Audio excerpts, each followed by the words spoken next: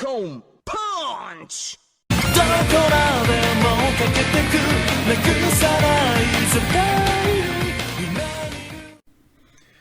Digimon Data Squad.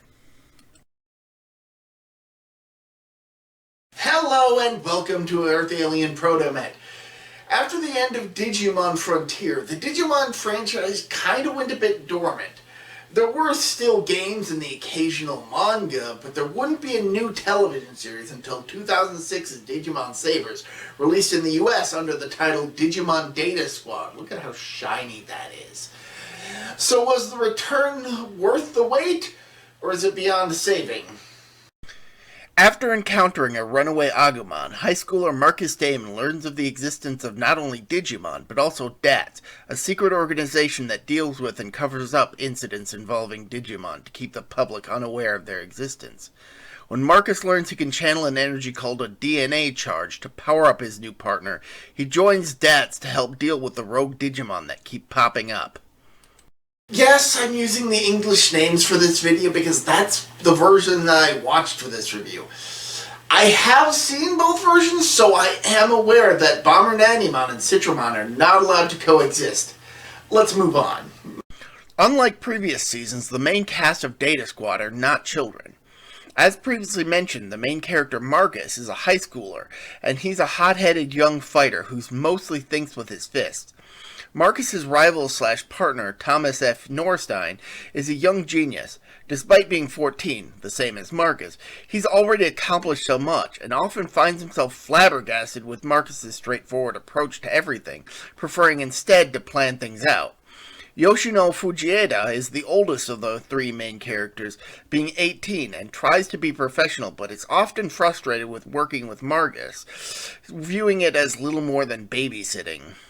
But what's a Digimon show without Digimon? Of course, Marcus's partner Agumon looks up to his new boss and loves his mom's fried eggs. Thomas's partner Galmon is a loyal companion, quiet and composed at all times. Yoshi's partner Lalamon is physically the weakest, preferring instead to lull enemies to sleep with a song, or pelt them with seeds. With the power of their DNA charges, the DATS members can channel the power through their Digivices to digivolve their partners. Not much different from past seasons, admittedly. The major difference is the fact that only Marcus seems incapable of producing the DNA charge by himself. As a result, he needs to make physical contact with an enemy Digimon, mostly by punching them, in order to gather enough power to give to Agumon. There are other characters, but most of them are side characters, such as the rest of the DATS team and Marcus's family. Others, however, technically count as spoilers, so I'll get to them later. The first story arc of the series consists mostly of one-off stories that feel more like the opening missions of a Digimon video game, the ones you play to get used to how the game controls before getting to the major ongoing plot of the game, or in this case the anime, as the show does have a more serious ongoing plot once you get past the early episodes. With that having been said, here's your spoiler warning. If you want to avoid this section, jump to this time in the video, and with that, let's get spoilery. Eventually, the DATS team must travel to the digital world to deal with a powerful Digimon. There they encounter a human boy, Keenan Cryer, who believes himself to be a Digimon, having lived in the digital world for 10 years. One thing I find kind of annoying about him is the fact that, in keeping with the wild child cliche, he speaks in broken English, despite the fact that everyone around him, including his Digimon partner, speak fluent English, or Japanese in that case, since this issue is there too for some reason. Speaking of, Keenan's partner is Falcomon, who, like many other Digimon from here on, despises human, but like Keenan, comes to learn that not all humans are evil, and his growth mirrors and soon lines up with that of the DATS team's partners. And then there are the other Digimon that appear from here on, many of whom hate humans for a horrific event caused by humans that is considered the darkest day in the digital world, resulting in tension between the two races. At the core of this animosity is Akihiro Kurata, a cowardly, egomaniacal mad scientist.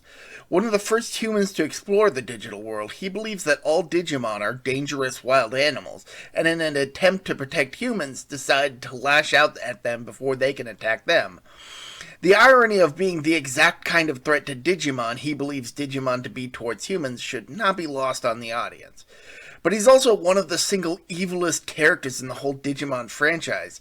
Seriously, I could go on and on about his various crimes, and we'd be here all day if I did. After he's dealt with, another dangerous threat comes from the digital world, King Drazel, who determines that humans are far too dangerous to be allowed to exist, and so orders the human world be destroyed in order to save the digital world after Kurata's actions destabilize the barrier to the point where both worlds are on the verge of collapse. And through all this, Marcus and the others battle to bring stability to both worlds and bridge the gap between humans and Digimon, mostly by Marcus using his fists. Though this series resulted in another hiatus from television, I'd be hard-pressed to say it didn't at least try.